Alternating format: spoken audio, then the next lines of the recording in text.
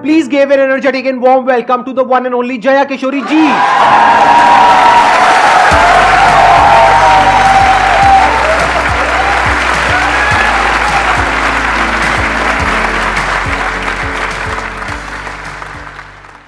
इनकी स्माइल में इतनी पॉजिटिविटी है, आई थिंक इनको कुछ बोलने की जरूरत ही नहीं है।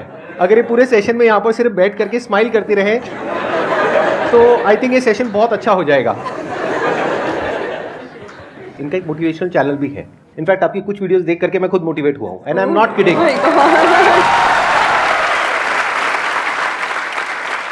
तो मैं पर्सनली आप सबको रिकमेंड करूंगा कि एक बार आप जा करके देखिए इनकी जो मोटिवेशनल वीडियोस हैं, और आप सबको बहुत कुछ सीखने को मिलेगा और बहुत अच्छा लगेगा। Thank you so much. और आपसे इंस्पायर होकर शायद हमने चैनल खोला है। तो मुझे तो लग रहा है मुझे मिल गया उसका अवार्ड कि आप उसको देखते हैं और सुनते हैं। थैंक यू सो मच, बहुत बड़ी बात है ये। यूट्यूब पे या इंटरनेट पे देखना एक अलग होता है, और जब आप फिजिकली वो चीज़ को फील कर सकते हैं, एक्चुअली एक ऑरा होता है, एक वाइब होता है, वो आपको फेस टू फेस ही मिल सकता है। तो आप सब बहुत लकी है, आज मैं भी लकी हूँ कि मुझे वो ऑरा, वो वाइब महसूस करने को मिल रहा है जो हम यूट्यूब पे ऑल टाइम देखते रहते हैं। और आज तो आप डबल लकी हैं क्योंकि मेरे साथ साथ आपको इनको भी सुनने का मौका मिल रहा है।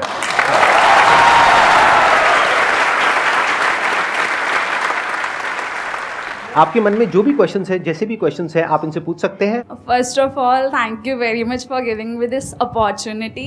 I want to ask you कि like आपने ये क्यों चूज़ किया कि you want to go into spirituality, कि मुझे इस चीज़ में ही जाना है? टू बी वेरी ऑनेस्ट, मैंने चूज़ नहीं किया था, इस स्थान ने मुझे चूज़ किया था, क्योंकि मैंने शुरुआत 6 साल की उम्र से की थी।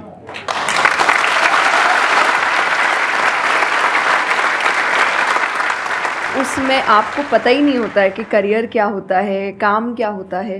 तो मैंने कुछ भी सोचा नहीं था, मेरे सामने चीज़ें आती गई, मुझे अच्छी लगती गई और मैं करती गई। और इसीलिए मैं हमेशा कहती हूँ अपने अंदर के बच्चे को ज़िंदा रखिए, क्योंकि वो कभी भी ये नहीं देखता इससे मेरा फ़ायदा होगा, या उसको अच्छी लगती है चीज़ और वो करता है। तो मैंने वो बचपने में मुझे वो चीज़ अच्छी लगी और मैंने उसको किया, और फिर अपने आप ही सामने चीज़ें आती गई, चाहे फिर वो भजन आए, फिर कथा आई, मोटिवेशनल सेशंस आए, जो जो सामने आता गया और जो जो मुझे लगा कि मेरे बस की बात है, मैं कर सकती हूँ, वो मैंने किया। और फिर मुझे पता ही नहीं चला कि कब सिचुएशन कहाँ हो गई। जब मुझे समझने का मौका मिला कि चलो कुछ बनते हैं, मैं ऑलरेडी बन चुकी थी।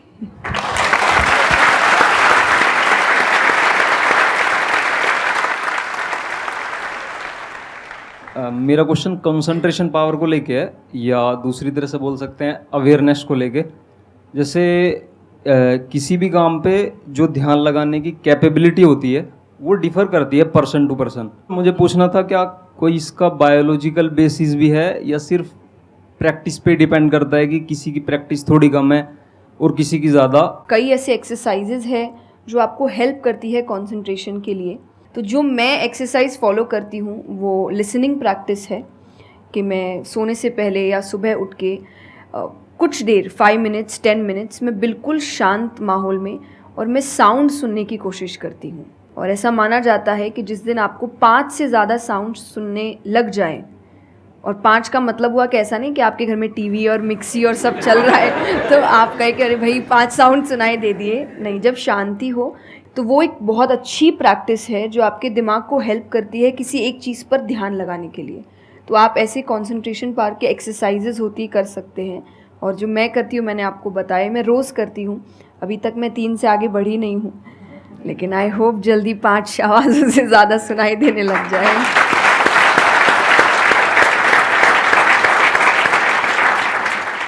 बचपन से जो आपने किया अभी तक वो तो मैटर करता ही है। फॉर एग्जाम्पल, अगर आप बचपन से ही सिर्फ कंप्यूटर पर ही अपना टाइम पास कर रहे हो या मोबाइल पे, जो आजकल बड़ा कॉमन हो गया है, तो आपकी जो कंसंट्रेशन पावर है वो पैसिव वे में तो अच्छी होगी।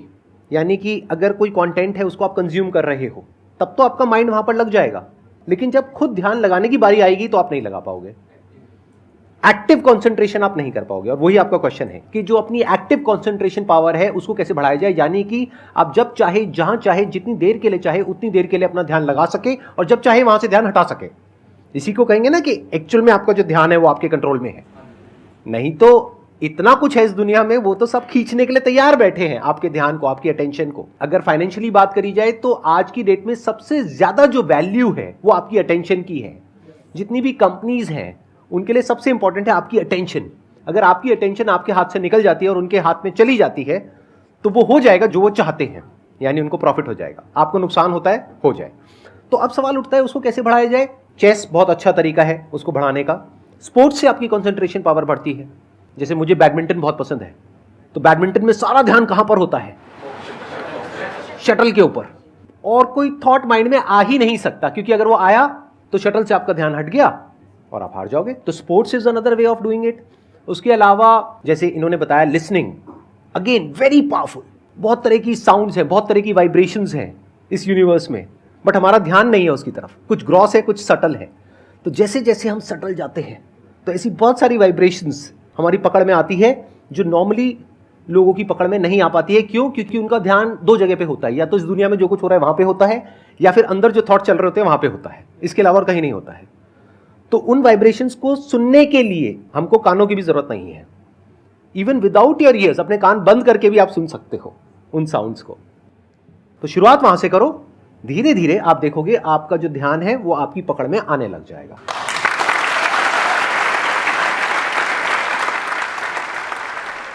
मेरा क्वेश्चन आपसे मतलब दोनों से ही है, वो ये कि हम लोग मतलब आज की सोशल मीडिया वाला ज़माना है तो हम लोग बहुत डिस्ट्रैक्टेड रहते हैं, और जब भी स्पिरिचुअलिटी की बात होती है फैमिली में, फ्रेंड्स में, तो सभी ये कहते हैं कि स्पिरिचुअल अभी होने की ज़रूरत नहीं है, करियर पे ध्यान दो, अभी कौन सा टाइम है, बाद में देख लेना। और हम लोगों के घरों में भी हम देखते हैं।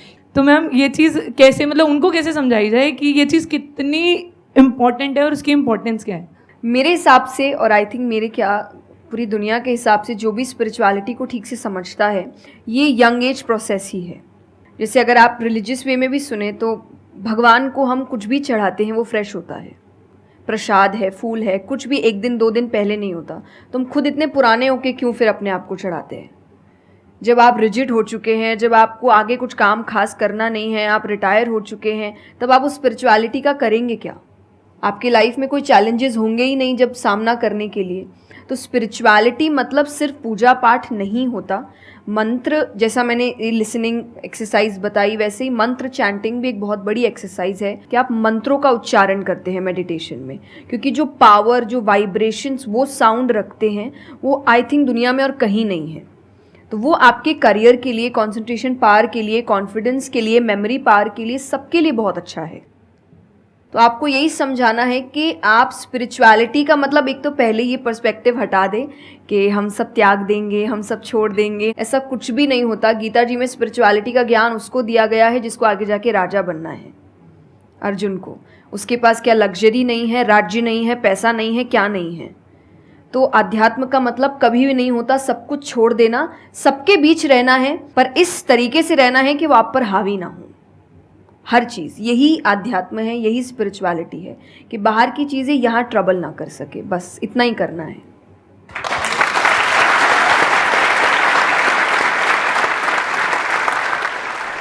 अर्जुन कह रहा है कि क्या मैं सब कुछ छोड़ छाड़ के चला जाऊं? और भगवान कृष्ण उसको क्या बोल रहे हैं कि अभी जो तुम्हें करना है उस पर ध्यान दो। सब कुछ छोड़ना सॉल्यूशन नहीं है। खुद को पहचानो कि तुम क्या हो। जो प्रॉब्लम की पूरी जड़ थी वहां पर वो ये थी कि अर्जुन भूल गया था कुछ देर के लिए कि वो एक्चुअल में कौन है, जैसे हम भूल जाते हैं। तो भगवान उसको याद दिलाने का काम कर रहे हैं कि तुम एक योद्धा हो, तुम्हारा काम है लड़ना धर्म के लिए। तो भगवान उसको वो ज्ञान दे रहे हैं। ऐसे ही अगर आप एक स्टूडेंट हो तो आपका काम क्या है? पढ़ाई करना।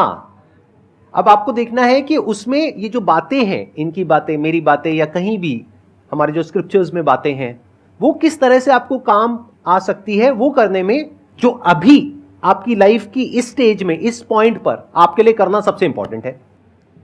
तो स्पिरिचुअलिटी दो तरीके की हो गई। एक वो जो आपको भटका रही है, यानी कि वो लोग जो खुद अच्छे से नहीं समझ पाए स्क्रिप्चर्स को, वो आपको क्या कहेंगे कि सब कुछ छोड़ दो।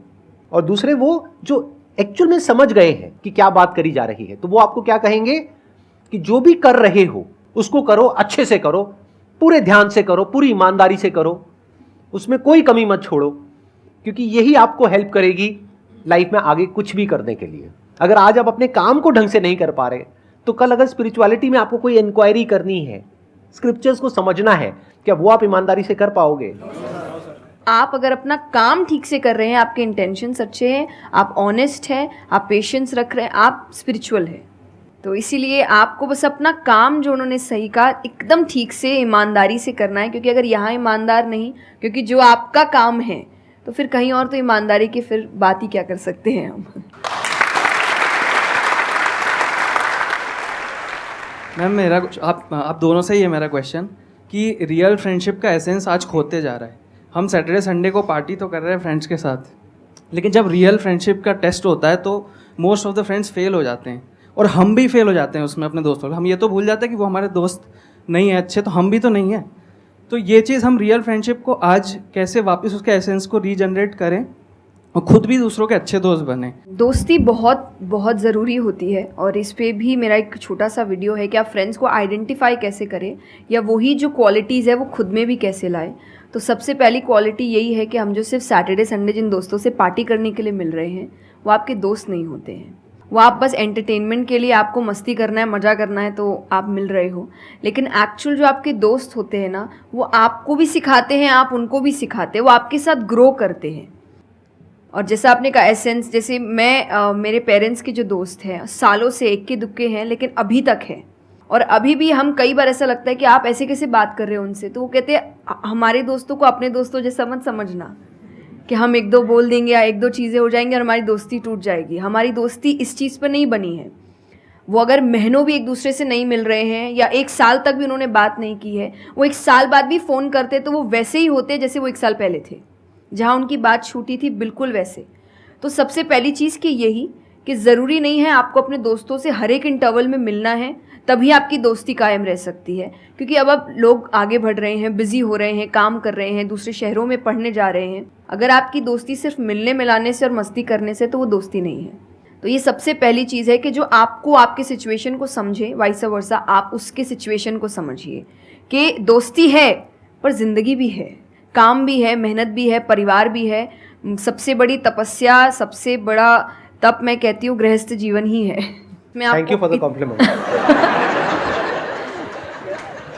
उसमें आपको इतना कुछ करना पड़ता है, वो एक सिचुएशन को समझना ज़रूरी है। दूसरा, आजकल जो एक ट्रेंड बन चुका है कि फ्रेंड्स सपोर्टिव होने चाहिए, तो सपोर्टिव का मतलब ये नहीं कि तुम गलत भी करो, तो जो कर्ण और दुर्योधन की दोस्ती थी कि नहीं भाई पाप भी कर, मार, गलत कर, मैं तो साथ खड़ा हूँ, ये दोस्त नहीं होते। ये बहुत बड़ा पॉइंट बोला है इन्होंने, अभी इसके बारे में मैं बात करूँगा। ये दोस्त नहीं होते हैं। दोस्त आपको आपके पास खड़े रहेंगे सपोर्ट में, लेकिन ये हर वक्त बताएंगे कि तुम गलत हो, तुम गलत कर रहे हो, इसकी सज़ा मिलेगी। तो ये सच्चे दोस्त होते हैं। तो आप या तो कहते हैं ना कि कृष्ण जैसे दोस्त बनो, खुद ही बनो। बात यहीं आती है, कृष्ण जैसे ढूंढने से पहले कृष्ण जैसे दोस्त बनो, कि जो हर वक्त बताने। कृष्ण कभी अलग नहीं हुए अर्जुन से। जब वो कहने लगा कि मैं नहीं लड़ सकता, ये नहीं, उन्होंने उस वक्त बहुत डांटा कि क्षत्रिय है, ये तरीका है बात करने का, ऐसे बोलते हैं, तो इतना बड़ा महाबाहु है, बड़े बड़े नाम बताए, याद दिलाया कि तुम कितने अच्छे हो। तो सबसे बड़ा दोस्त का आई थिंक क्वालिटी यही है, जो सपोर्टिव है लेकिन गलत चीज़ों में नहीं है, वो हर वक्त सही के लिए आपके पास खड़े हैं। और तीसरा जो मैं सबसे अच्छा कहती हूँ कि आपकी और उनकी मेंटालिटी मैच होनी चाहिए।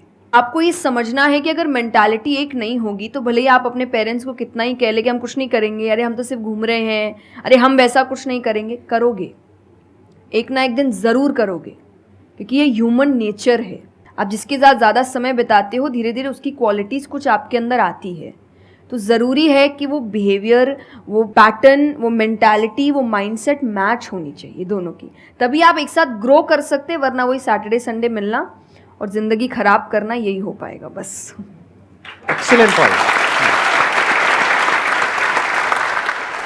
ये समझना इतना इंपॉर्टेंट नहीं है कि दोस्ती क्या है, ये समझना ज़्यादा इंपॉर्टेंट है कि दोस्ती क्या नहीं है।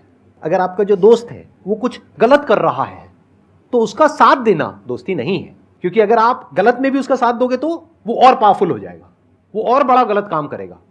मानो आपका दोस्त पी करके गाड़ी चला रहा है, तो दोस्ती ये नहीं है कि उसको बोलना कि हाँ चल कर कर कर कर कोई नहीं, और बड़ा और बड़ा और बड़ा नहीं। उस वक्त क्या बोलना, गाड़ी रोक, मैं उतर रहा हूं। अब उसके बाद आपका क्या होगा वो बाद में देखेंगे, वो डिपेंड करता है कि आपको कहाँ उतारा उसने। जो इन्होंने एग्जाम्पल दिया दुर्योधन वाला, बहुत इंपॉर्टेंट है वो समझना। ऐसे लोगों से दूर रहो, ये दोस्ती है। दोस्ती को तोड़ देना दोस्ती होता है बहुत बार। कई बार लाइफ में ऐसा पॉइंट आ जाता है जो एक धर्म संकट के जैसा होता है, जहां पर जा करके आपको साफ नजर आ रहा होता है कि ये जो इंसान है ये सिर्फ अपना ही नहीं मेरा भी सर्वनाश कर देगा। ऐसे लोगों को छोड़ देना दोस्ती है। फिर अगर उसके अंदर इंसानियत वापस से जागती है तो वापस से वो अगर आपके पास में आता है तो ठीक है, नहीं आता है तो कोई बात नहीं, छोड़ दो ऐसे दोस्त को। तो बड़े ध्यान से चुनना अपने जो दोस्त हैं। जो इन्होंने कहा संगति बहुत इंपॉर्टेंट है लाइफ में, इसीलिए पहले के जमाने में सत्संग की इतनी वैल्यू होती थी। हर घर में एक सत्संग हॉल होता था एक जमाने में। आज जैसे हम सत्संग का नाम सुनते हैं हमारे माइंड में कुछ और ही आने लग जाता है। सत्संग मतलब सत्य के संग। सत्य मतलब वही जो इन्होंने कहा कि जब कोई सही रास्ते पे चल रहा है तो उसका साथ देना, और कोई झूठ के रास्ते पे चल रहा है, कोई गलत काम कर रहा है तो उसका साथ छोड़ देना। तो सत्य के साथ रहना। वो लोग जो सत्य बोलते हैं, वो लोग जो सत्य की राह पे चल रहे हैं, वो लोग जो धर्म की राह पे चल रहे हैं। ये वर्ड सुनने में आपको थोड़े से पुराने लगेंगे, लेकिन अगर इसकी डेप्थ को आप समझोगे तो अंदर से आप समझ पाओगे कि मैं क्या बोल रहा हूं, किस लेवल से बोल रहा हूं। Hello sir, hello ma'am.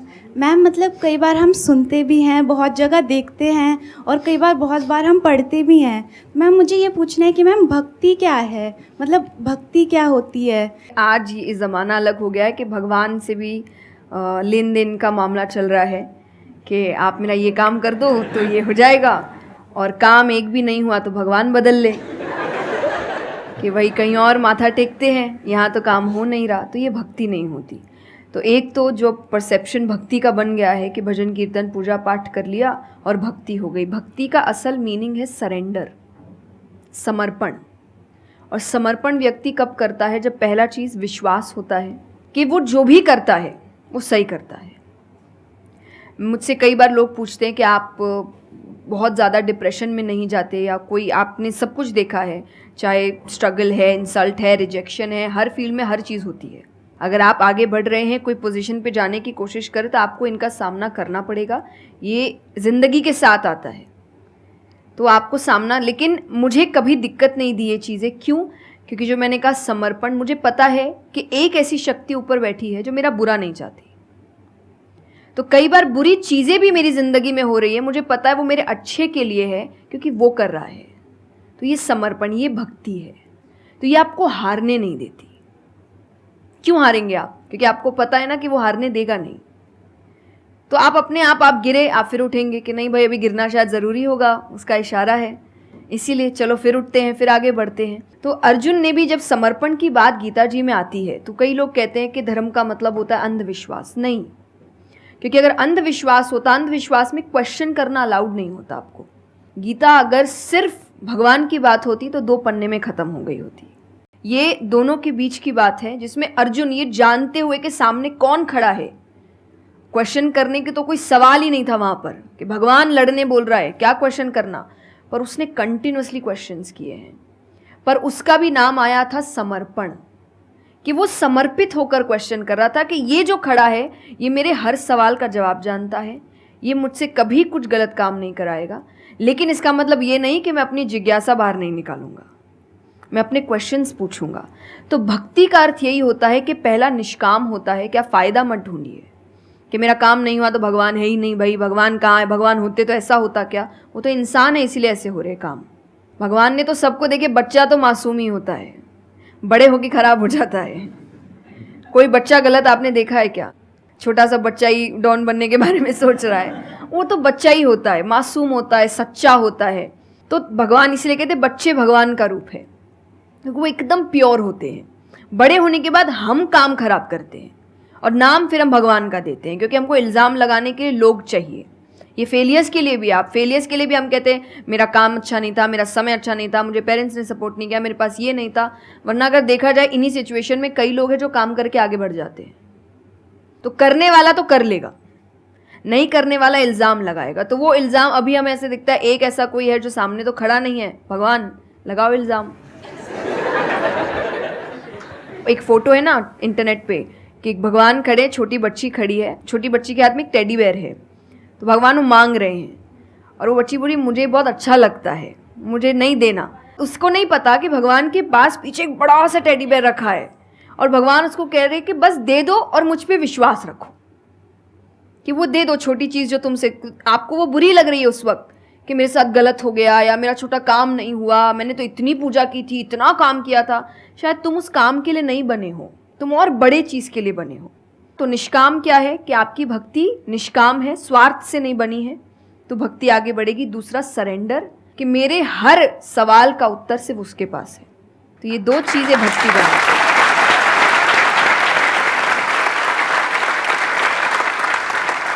मेरा मन कर रहा है कि मैं बैठ करके बस आराम से आपको सुनता रहूं, मेरे को इतना अच्छा लग रहा है। आप प्लीज़ थोड़ा सा और बोलिए इसके बारे में, भक्ति के बारे में। मुझे सही में बहुत, कितने लोग चाहते हैं कि थोड़ा और बोले? हाँ, क्योंकि इनसे अच्छा कोई नहीं हो सकता इसके बारे में बोलने के लिए। मेरे को पता है आपके पास में और बहुत कुछ है बोलने के लिए, थोड़ा सा आप प्लीज़ और बोलिए। ये दो चीज़ें जो भक्ति में। तीसरा हम जब करते हैं सत्संग, जो उन्होंने कहा सत्संग का एक सत्य के संग, तो सत्य कौन है? जब हम शास्त्रों में देखते हैं सबसे पहला श्लोक जो श्रीमद् भागवत में आता है वो भगवान का स्वरूप बता रहा है, उसमें है सच्चिदानंद रूपाय। सच्चिदानंद का मतलब होता है तीन चीज़ें मिलकर बनती है, वो है सत, चित और आनंद। जो ये तीन चीज़ों को जीवन में समझ लेगा सही से, उसने भगवान को समझ लिया, क्योंकि भगवान का रूप ही सच्चिदानंद है। तो सबसे पहला है सच, जो कहा गया सच की राह पर चलो। जो हम ये एक्चुअली आपने एग्जैक्ट वर्ड उस वक्त बोले, मैं अपनी कथा में भी कहती हूँ कि आजकल हम इतनी छोटी छोटी बातों पे झूठ बोलते हैं कि हम किसी से मिलने जा रहे हैं और हम घर से भी नहीं निकले, अरे 5 मिनट, अरे सिग्नल पे खड़ा हूँ, अरे बस पहुँच गया, अरे क्या हो गया, वो 2 बातें तो सुनाएगा ना सिर्फ कि तुम समय लेकर नहीं आए, पर हम इतनी इतनी सी बातों में झूठ बोल रहे हैं। ये हमें लगता है कि कोई बड़ी बात नहीं, पर ये बहुत बड़ी बात है कि आप इतना भी सच का सामना नहीं कर सकते, और फिर हमें लगता है कि हम लाइफ की जो प्रॉब्लम्स है उसका सामना कर लेंगे, खुद के सच का तो सामना कर नहीं पा रहे हैं। जिंदगी का सच सामने आएगा तब तो बैंड ही बज जाएगी पूरी, क्योंकि वो कठिन है। जिंदगी आसान नहीं है, किसी के लिए नहीं, भगवान के लिए भी नहीं हुई। आप राम जी को उठाइए, कृष्ण जी को उठाइए, जब तक यहाँ रहे कोई सुखी नहीं रहा।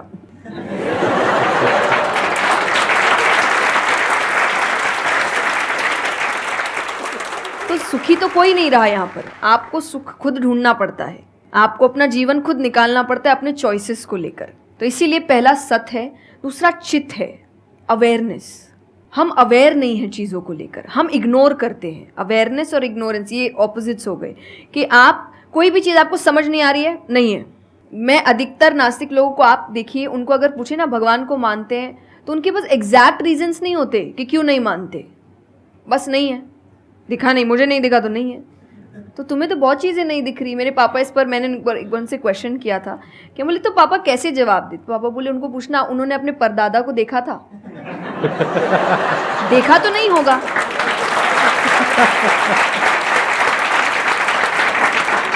सुना है, दादा से सुना है, पापा से सुना है कि थे, मैंने तो नहीं देखा, तो मैं बोल दूं वो थे ही नहीं। कुछ तो सच्चाई होगी, उसको ढूंढने की कोशिश करो। मैं धर्म के लिए हमेशा कहती हूँ कि आपको ढूंढना पड़ेगा। भगवान, मेरे पापा ने मुझे एक बात कही थी, भगवान मानने की चीज़ है, जानने की नहीं। जानना क्या होता है? पहले इस्तेमाल करें फिर विश्वास करें।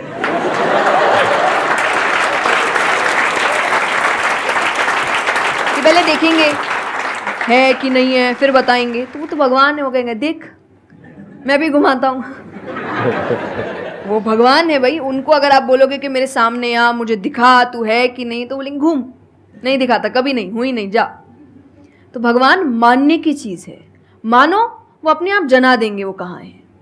तो भगवान के लिए माना गया कि पहले आपको मानना पड़ता है, दैट इज सरेंडर, कि मैं मानता हूँ, मैं इसीलिए पढ़ रहा हूँ। अधिकतर लोग अभी पढ़ क्यों रहे हैं, जान क्यों रहे हैं? गलत साबित करने के लिए।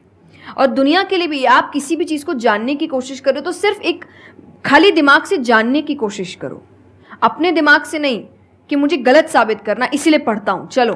तो फिर आपका दिमाग सीधा उस गलत बात पे ही जाएगा कि देखो मैंने तो बोला ही था गलत है, और उसके आसपास कितनी अच्छी बातें लिखी होगी आप देखेंगे नहीं। पर आपको जो बस साबित करना है, आप उस लोग सुनते भी आजकल इसीलिए हैं। मैं कथा में एक बात कहती कि बस आजकल कथा ही बची है सुनने वाली चीज़, वरना आप कहीं भी 2 लोगों को देखिए वो बोलेगा मैं बोलता हूँ, नहीं मैं बोलता हूँ, नहीं मैं बोलता हूँ। दुख देखिए किसी के, प्रॉब्लम्स को एक बोलता है अरे मेरी ज़िंदगी अच्छी नहीं चल रही, अरे मेरी उससे भी खराब है।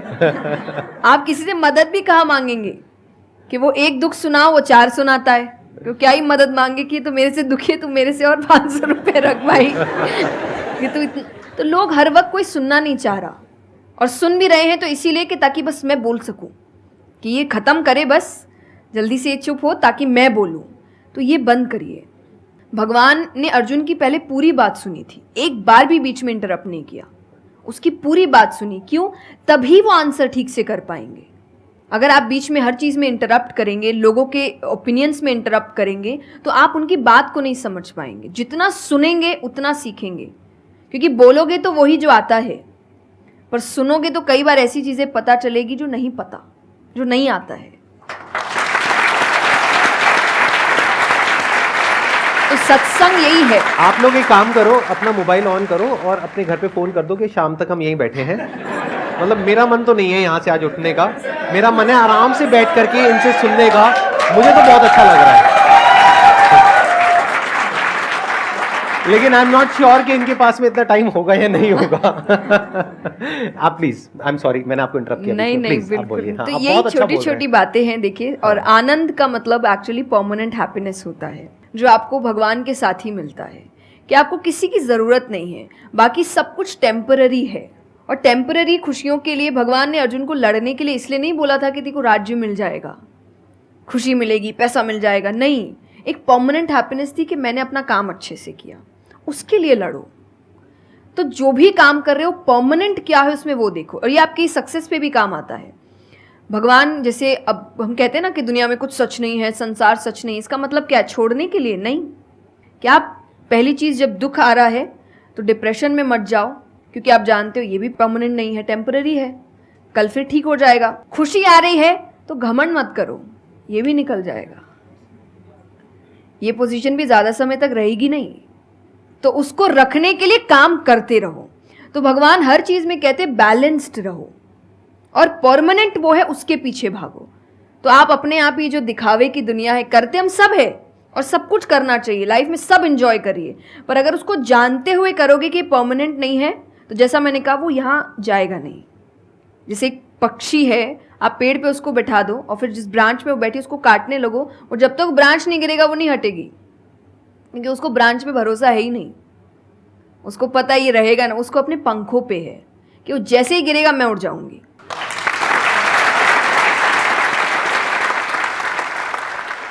एक सॉन्ग अगर आप प्लीज, उस पे हम एंड कर सकते हैं सेशन को। हाँ, अगर आपको कोई प्रॉब्लम ना हो तो। हाँ प्लीज। मेरा आपकी कृपा से सब काम हो रहा है, करते हो तुम कन्हैया, मेरा नाम हो रहा है। मेरा आपकी कृपा से सब काम हो रहा है।